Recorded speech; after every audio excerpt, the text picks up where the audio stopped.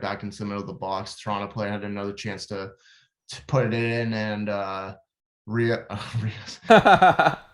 Lopez had a great deflection. Bay Area, stand up and let's be heard. This is something that's been created by the people, for the people.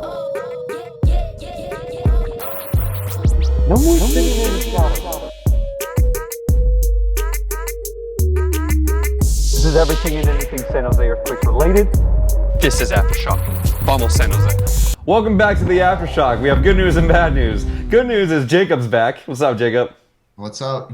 The bad news is we just recorded for like 20 minutes and I did not hit record on the GoPro, so we are starting again. All good. The first bit of news is congrats to the Montero family. Jamiro, his partner, gave birth the other day, so that's why he wasn't able to travel. I hope he's able to come back for the Wednesday game, but he wasn't able here, but congrats to the Montero family. And then we have Calvo and Showfeast. We talked about it last week, but they have officially moved on. The club has given their official goodbyes to them.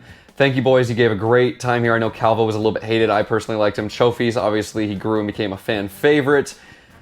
Yeah, it was really great to see him. But Jacob, you have anything to say? They were great players. I think it's a shame that we couldn't keep trophies, but it's okay. I think we'll get some players in there like Montero who can fill the gap. And then we've seen the league as a whole really have a great swing of players coming in and out. Trades between Miami, Nashville, DC, all these players coming in. Chiellini, Bale coming in, Insigne coming in.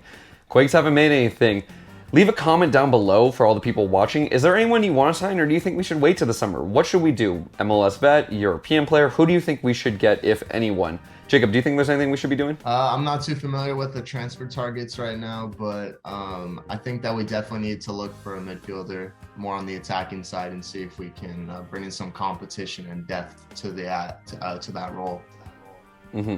Yeah, that definitely is a good point. And then I think maybe just a veteran, MLS veteran at center back, just someone that's in the locker room that can help us when we're falling asleep late in matches, really push the team forward and maybe help develop Beeson and Agron. If you want to know about more game-specific highlights, though, you can check out The Aftershock on Instagram, TikTok, or this YouTube channel.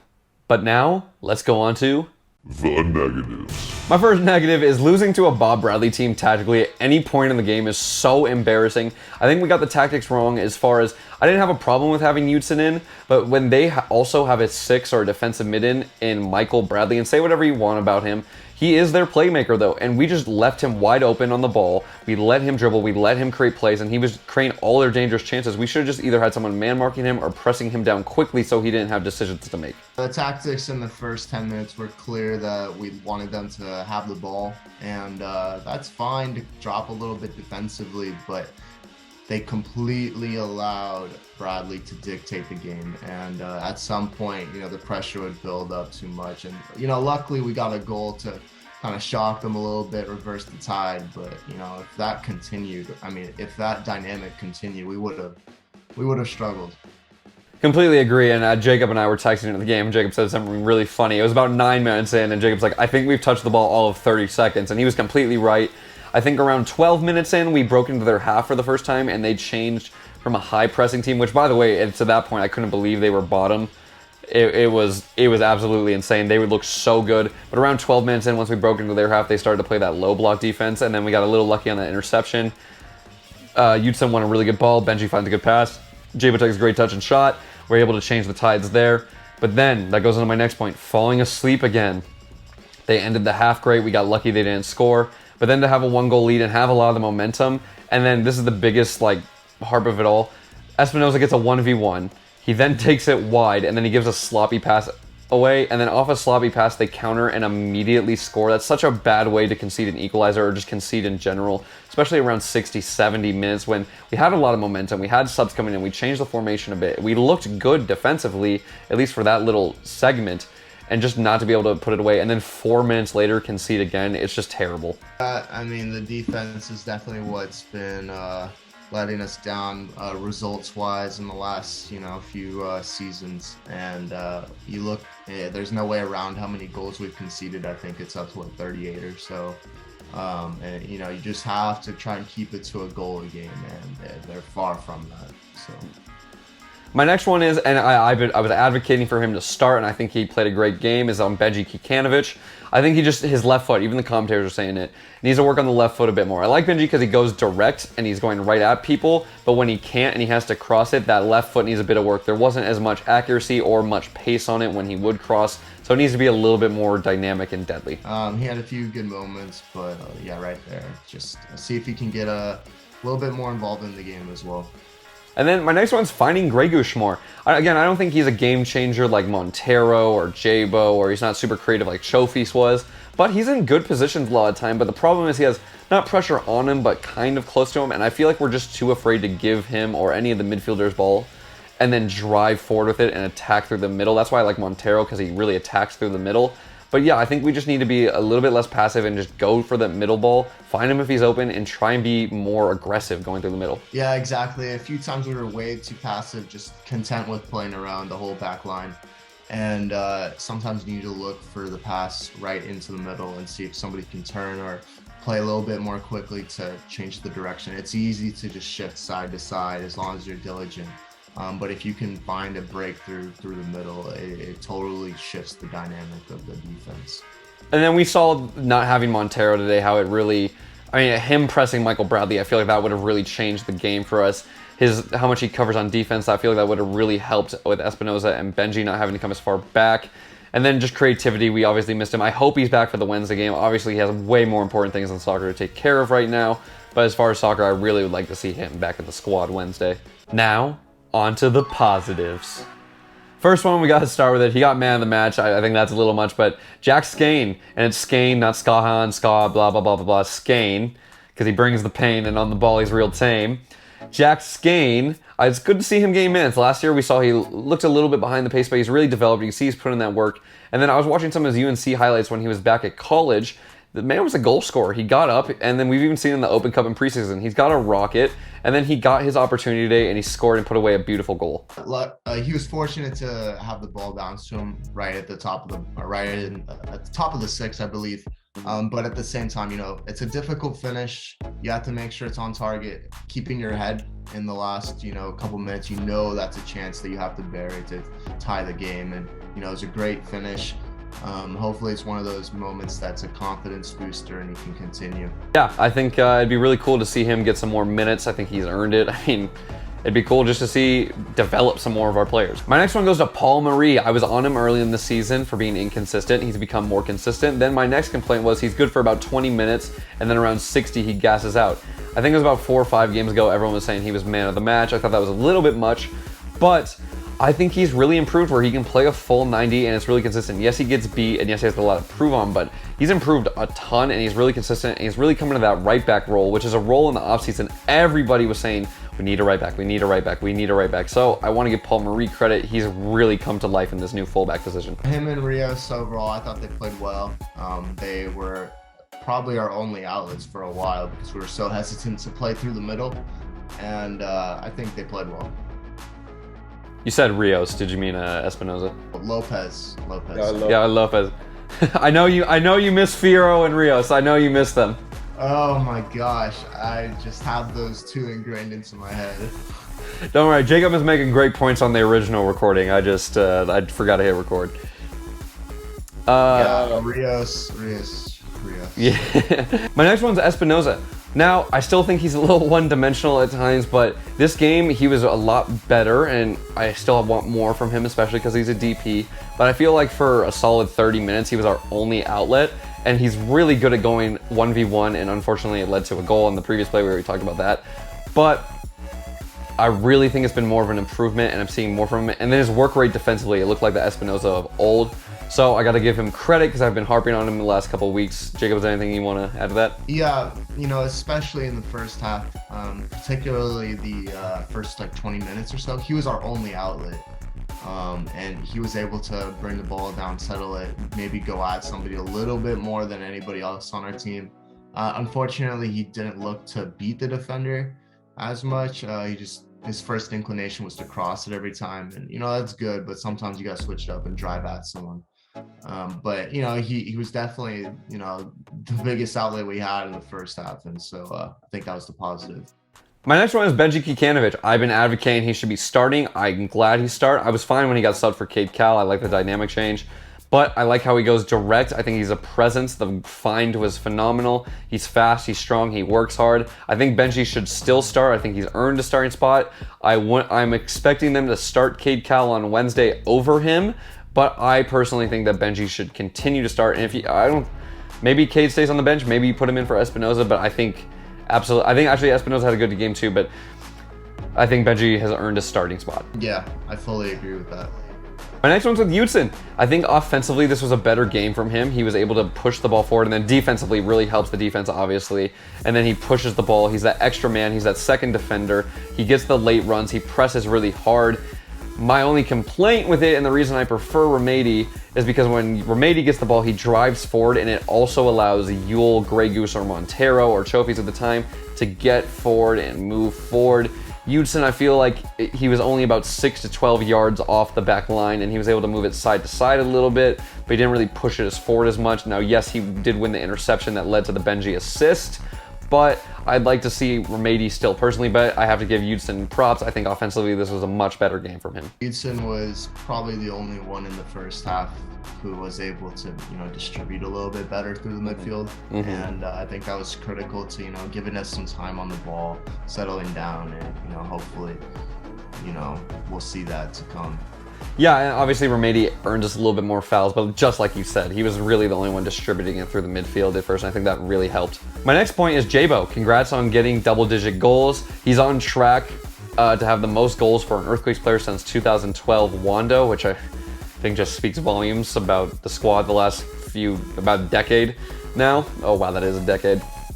I think he should be getting calls up from Berlholzer at least for a camp, or at least talking about it. Maybe hasn't heard anything, but without a doubt needs to be an all-star. I don't care if we're at the bottom. He's a golden boot leader on one of the lowest ranked teams. That's pretty impressive. He's been one of our bright spots. Yes, he missed a few, but he's at least scoring it once every few games, so that's his job, and he's doing it. The goal that he scored last night was also, not as easy as it looked. He took a great first touch, took it away from the defender, and then slotted it perfectly. That's exactly what you want from your striker, composure in those moments, and he did it perfectly. My last positive is Cade Cal in the 66th minute.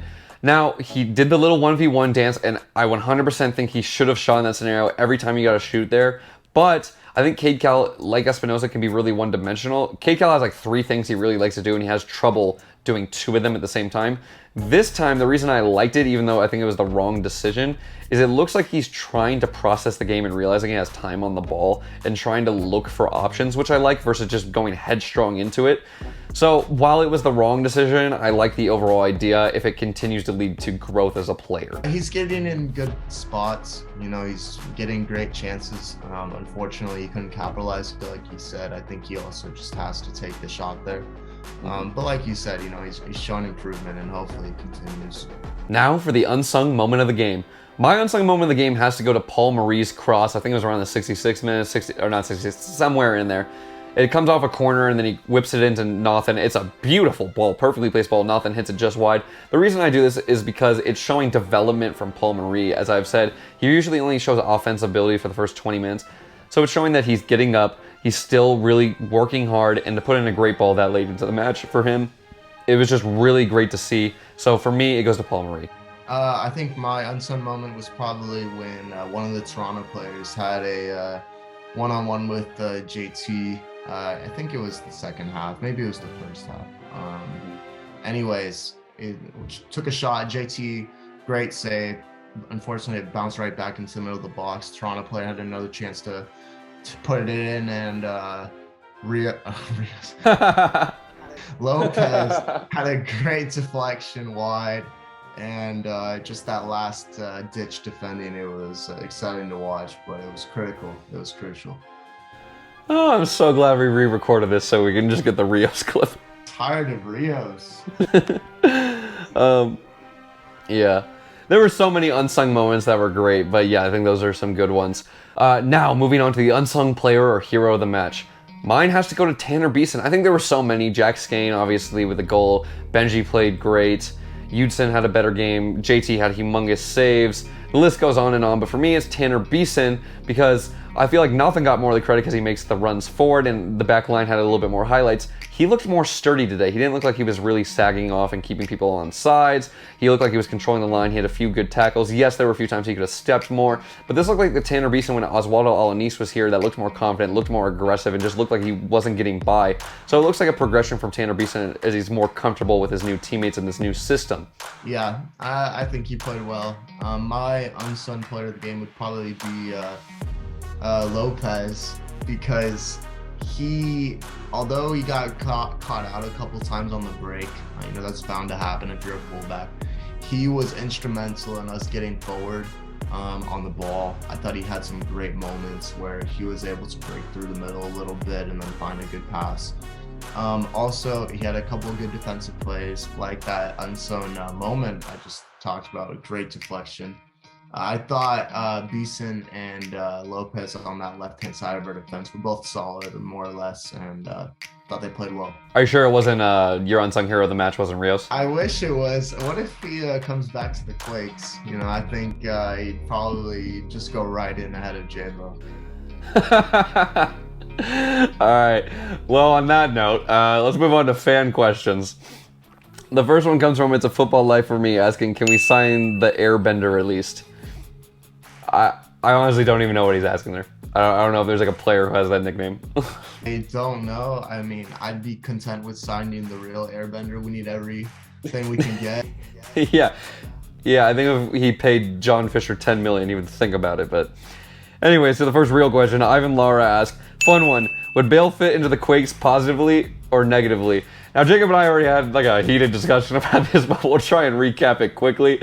I thought it would be more negative, and hear me out. I think if it was a one-season thing and we were to look at it, it'd be positive. However, and yes, he's so great. The reason I say it's negative is I just don't think him alone is going to carry us to the promised land of qualifying for playoffs. And I hate that I just said promised land is just qualifying for playoffs, but that's realistically where we're at. I think he's here to get fit, and oh boy, would he get fit having to run for us and make up some ground, but I don't think we'd be giving him as much service. I think he'd help a lot, but the reason I say it's negative is he's bouncing after this season and after he gets fit for the World Cup. So I think he's then taking a spot away from J-Bo. He's then taking a spot away from Benji, Cade, Nico, someone young that really can improve and take a year of games. So in the long run, I think it'd be negative. Yes, it'd be positive, and I think he'd fit great in San Jose. I know Skane and some of the other boys really love golfing. There's great golf courses around here.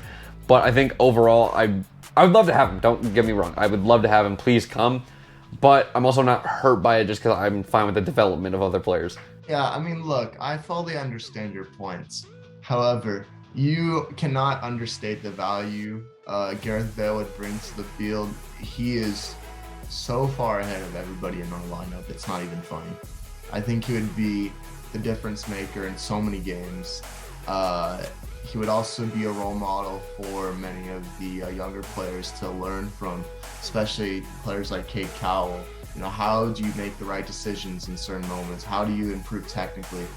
I think that's something that we could really use, now that we don't have players like Wando anymore in the players squad. Obviously he's a coach, but I think a player like Bale, his value cannot be understated, and I think we would take him if we could, but unfortunately that's not on the cards. That's actually a great point you make about teaching the players. My only concern with it is if we look at the Shaqiri situation in Chicago, who are the worst team in the league, East and West, is Shaqiri, and like Bale, much like Shaqiri, can't play a lot of games in a row without getting injured. And when they get the ball, clearly the best player on the field by a mile. I'll just go back to the Chicago game. Shaqiri was so creative. He was dancing around, was doing all of this and that. But when you don't have the quality as much to give when you're at a Liverpool or a Barcelona or a Tottenham or this or that, you're not as effective. Yes, I think he'd be a game changer, but that'd just be my last point on that. All right. I Velasquez then asked, will we sign anyone in this transfer window or will we stay put? I don't want to say no immediately because I think Chris Leach has done a fantastic job and I think they're looking at something. The reason I'm going to say no is because we're also still looking for that head coach, and that's going to be a longer process. So I don't think we're going to bring anyone in that maybe Cavello thinks we might need just to have him for a season, and then our head coach is like, yeah, this guy was useless. I could also see it. Like, I think we need a bit more defensive support and depth. Maybe someone to replace Chofis. I know that was Montero, but maybe on the bench. Maybe you could move Skane or Yule. Again, I was saying it earlier. I think when we got the tactics wrong, this is something I said in the first recording that I didn't say now. I think the way we could have improved the tactics is maybe move Yule attacking mid. I think he's better there. Have Grey Goosh and Yudson at center mid. Yudson plays a bit more defensive. Grey Goosh in the center. If we don't get too spread out, it helps. And then that's where I think Montero would have helped marking Bradley. I don't remember if I said that in this recording or the last one, but I'll just add that now. Anyways, on to the question. I could maybe see if we get an MLS vet, I think that would really help. But I just don't see it happening right now. The only reason that we would probably sign somebody is, forbid of, an injury. I hope not. But that's probably the only way I would see something happening. I fully agree with you. The head coach is, the more important decision, and it needs to happen probably first before you look to make other signings that, that head coach sees fit. I think in the offseason we need to have a big sit down and just an honest talk with that head coach and be like, who's staying, who's going. But then that leads to our final question from Michael B. Pastor, asking, am I too hard on Cade Cowell for no left foot, always cuts right? No, I think that's perfect. Yeah, I think he needs to work on that left foot.